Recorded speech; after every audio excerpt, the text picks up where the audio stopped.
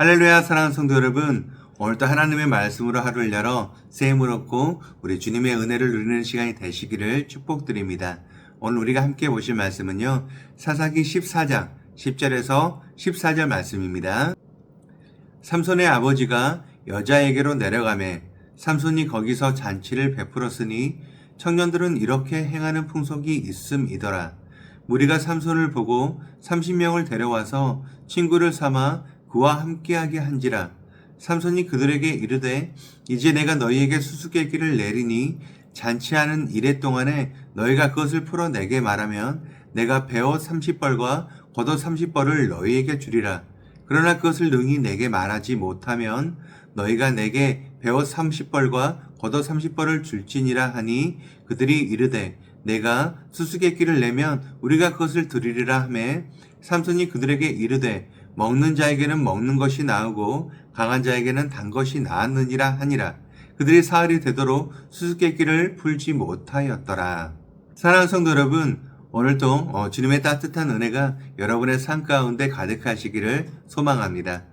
우리가 일상을 살아가다 보면은요, 참 내 마음대로 내 계획대로 되지 않은 일들을 만날 때가 너무나 많이 있습니다. 아침에 눈을 뜨며 오늘은 정말 화를 내지 말아야지, 예수님을 닮은 모습으로 나는 오늘 하루를 거룩하게 살아야지, 이렇게 굳게 다짐을 해보지만 막상 현실 속에서는 나의 마음을 어렵게 하는 그런 마음을 듣게 되거나 뼈있는 말 한마디에 속이 상해서 하루 종일 마음이 무겁기도 합니다.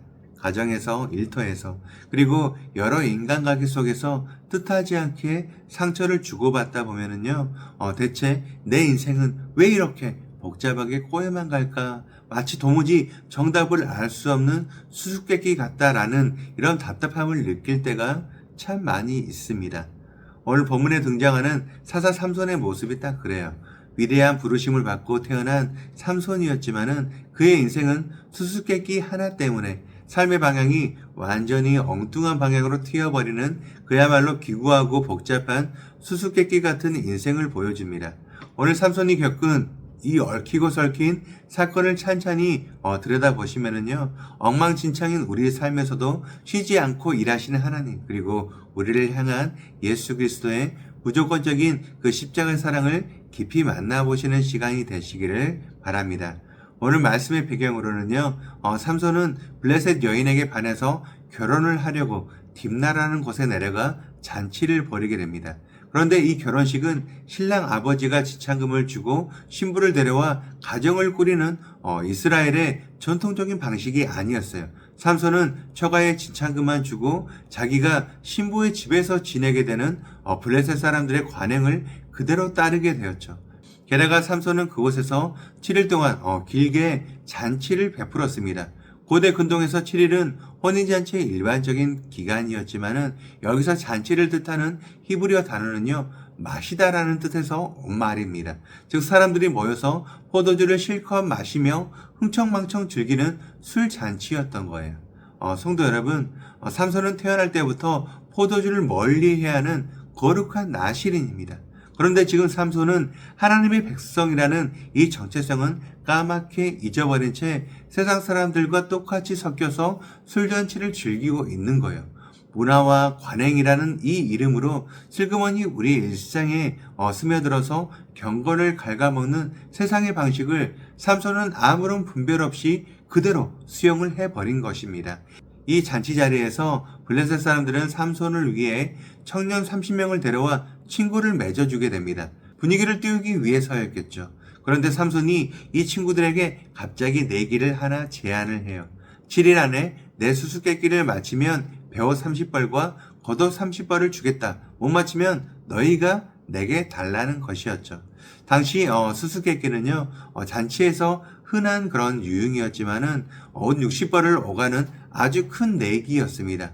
이 제안이 수락되는 순간에 친해져야 할 삼손과 친구들 사이에는요, 편이 갈라지게 되었고 살얼음판 같은 경계선이 생겨버립니다. 문제는 삼손이 낸 수수께끼의 내용이었어요. 먹는 자에게는 먹는 것이 나오고 강한 자에게는 달콤한 것이 나왔다. 이것은 며칠 전 자기가 찢어 죽인 사자의 사체에서 꿀을 떠먹었던 오직 삼손 자신만 아는 개인적인 경험이었습니다. 나실인이 시체를 만진 것은 명백히 율법 위반인데 자기가 지은 죄를 가슴 아파하며 회개하기는커녕 자랑거리를 삼아서 판돈을 걸어버린 것입니다. 당연히 친구들은 3일 내내 이 문제를 풀지를 못했어요. 화가 난 친구들은 잔치 7일째가 되는 날 삼손의 아내를 찾아가 협박하게 됩니다. 내 남편을 깨워서 정답을 알아내줘. 안 그러면 너와 너의 아버지 집을 불태워버리겠다. 생명의 위협을 느낀 아내는 남편에게 달려가 잔치 기간 내내 울며 매달리고 강하게 압박합니다. 남편보다 자기 생명과 민족이 더 중요했던 이 아내는 결국 삼손에게 알아낸 이 정답을 자기 백성들에게 고스란히 넘겨버리게 되었죠. 부부 사이의 신뢰가 수수께끼 하나 때문에 산산조각이 난 순간입니다. 정답을 듣고 온 친구들을 보며 삼손은 아내의 배신과 친구들의 그 비열함에 극도로 분노를 하게 되었죠. 그런데 바로 이 기가 막힌 실패와 분노의 순간에 성경은 갑자기 놀라운 말씀을 기록해 주십니다. 19절 말씀입니다. 여호와의 영이 삼손에게 갑자기 임하심에 삼손이 아스글론에 내려가서 그곳 사람 30명을 쳐 죽이고 노락하여 수수께끼 푼 자들에게 옷을 주고 심히 노하여 그의 아버지의 집으로 올라갔고. 성경은 여호와의 영이 그의 위에 임했다고 말씀을 하고 있어요. 하나님께서는 이 엉망진창인 사적 분노의 그 현장에 찾아오셨습니다. 그리고 삼손에게 능력을 주셔서 아스글론으로 내려가서 30명을 쳐서 전리품으로 4개의 빚을 갚게 만드셨습니다. 만약 삼손이 그 블레셋 친구들과의 치밀한 관계를 맺었다면 사사로서 블레셋을 심판해야 할 사명을 잊고 잔치만 즐겼을 거예요. 하나님은 삼손의 그 욱하는 성질과 인간적인 실패마저도 사용해 주셔서 이스라엘을 구원하기 위한 블레셋 심판의 도구로 삼으신 것입니다. 우리는 이 말씀 안에서 참된 구원자이신 예수 그리스도를 바라보게 돼요. 삼손은 자기의 빚을 갚기 위해서 다른 사람의 피를 흘려야 했던 불완전한 사사였습니다. 하지만 우리 주님께서는 우리가 하나님께 진 엄청난 죄의 빚을 대신 갚아주기 위해서 타인의 피가 아닌 예수님 자신의 거룩하고도 보배로운 피를 십자가에서 남김없이 흘려주셨습니다. 삼손의 사랑은 배신 앞에 분노로 끝났지만은 예수님의 사랑은 우리가 그분을 배신하고 세상을 향해 도망을 칠 때조차도 결코 멈추지 않는 무조건적인 사랑이셨어요. 우리의 부패하고 꼬여버린 인생마저도 십자가의 은혜로 덮으시며 구원을 이뤄내주시는 크신 그 사랑을 우리는 바라보게 됩니다.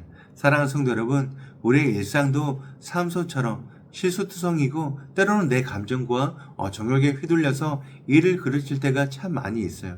사소한 선택 하나를 잘못해서 눈덩이처럼 문제가 불어나고 소중한 관계가 걷잡을 수 없이 꼬여버린 그런 뼈아픈 경험 또한 있을 것입니다.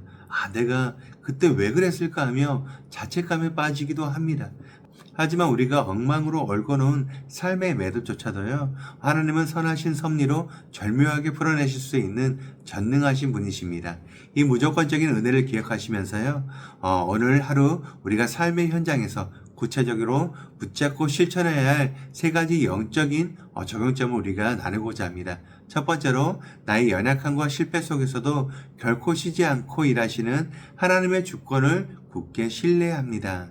우리는 내 계획이 틀어지고 내 실수로 일이 어그러지면은 이제 망했다 하고 낙심하게 되죠.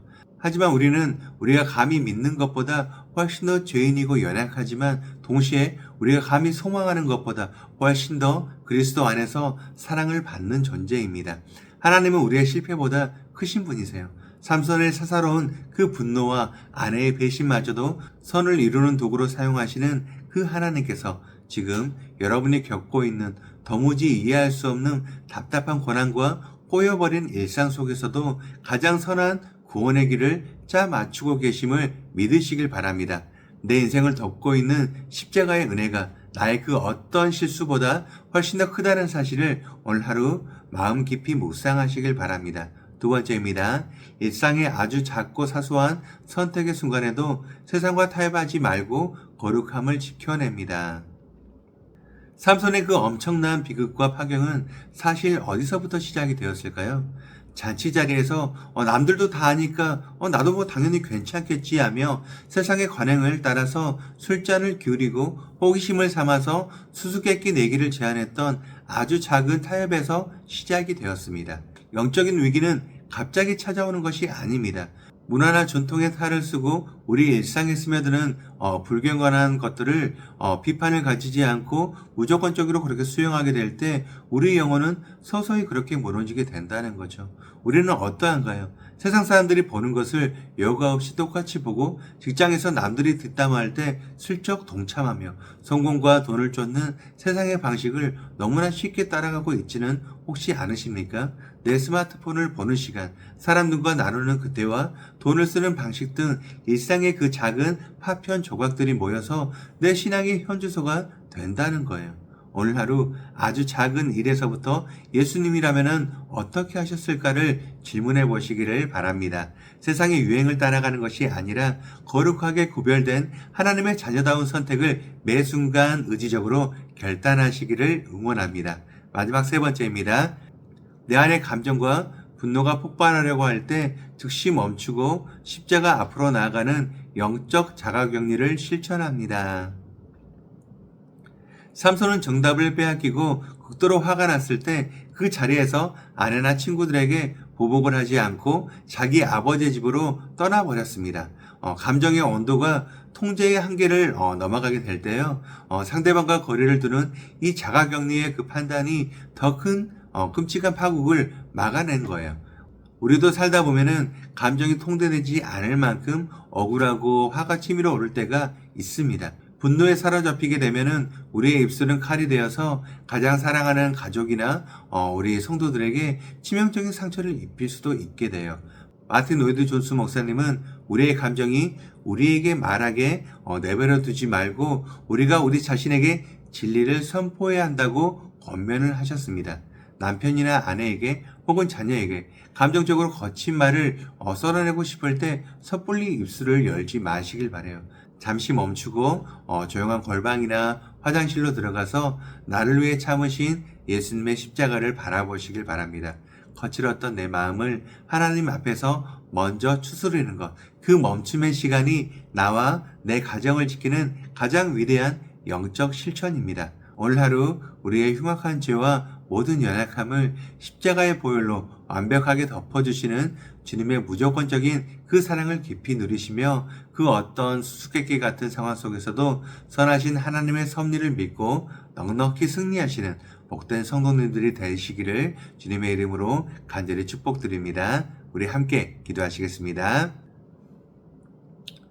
사랑과 긍휼이 끝이 없으신 하나님 아버지, 오늘 아침 삼손의 얽히고 설킨 말씀의 사건을 거울 삼아서 우리 자신의 부끄러운 영적 상태를 우리가 정직하게 돌아보게 하시니 감사합니다.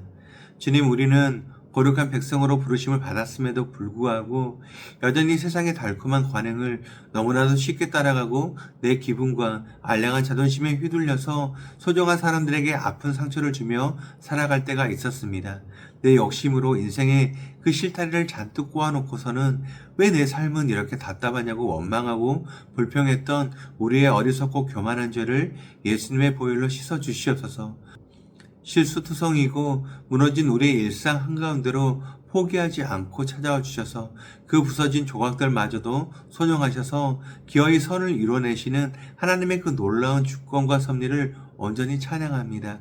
내 안에 분노와 억울함이 치밀어 올라 통제하기 어려울 때마다 섣불리 감정을 터뜨리지 않게 하여 주시고 먼저 주님의 십자가 밑으로 달려가 내 마음을 다스리는 지혜로운 영적 자가격리를 온전히 실천하게 하여 주시옵소서. 그래서 우리의 수수께끼 같고 답답한 일상이 주님의 은혜 안에서 아름답게 풀려가는 은혜의 기적을 경험하는 오늘 하루가 되게 주님께서 역사해 주시길 원합니다.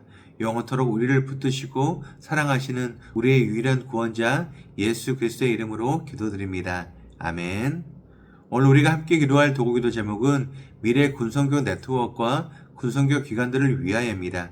첫 번째, 미래 군성교 네트워크를 위하여 한국교회가 군성교의 중요성을 새롭게 인식하고 선교적 역량을 모을 수 있도록 우리 교회가 이를 위해 더욱 기도하며 앞장서서 헌신하는 교회가 되도록 우리 함께 기도하시길 바랍니다.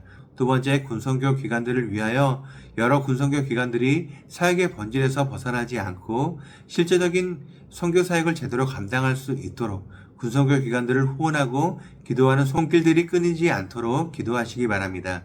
이어서 육신의 질병으로 고통받고 있는 교회 식구들, 경제적 어려움을 겪는 식구들, 타지와 타국에 있는 식구들, 우리 교회 다음 세대를 위해서 기도하시고 또 나라와 민족을 위해서 한국교회와 세계선교를 위해서 기도하시기 바랍니다. 그리고 담임 목사님께서 상반기 안식년 기간 동안 주님 안에서 온전한 힘을 얻으시고 영육이 강건해지는 시간이 될 수 있도록 기도하시기 바랍니다. 끝으로 오늘도 주님과 깊이 교제하시는 하루가 되길 소망하며 각자의 기도 제목을 놓고 기도하시겠습니다.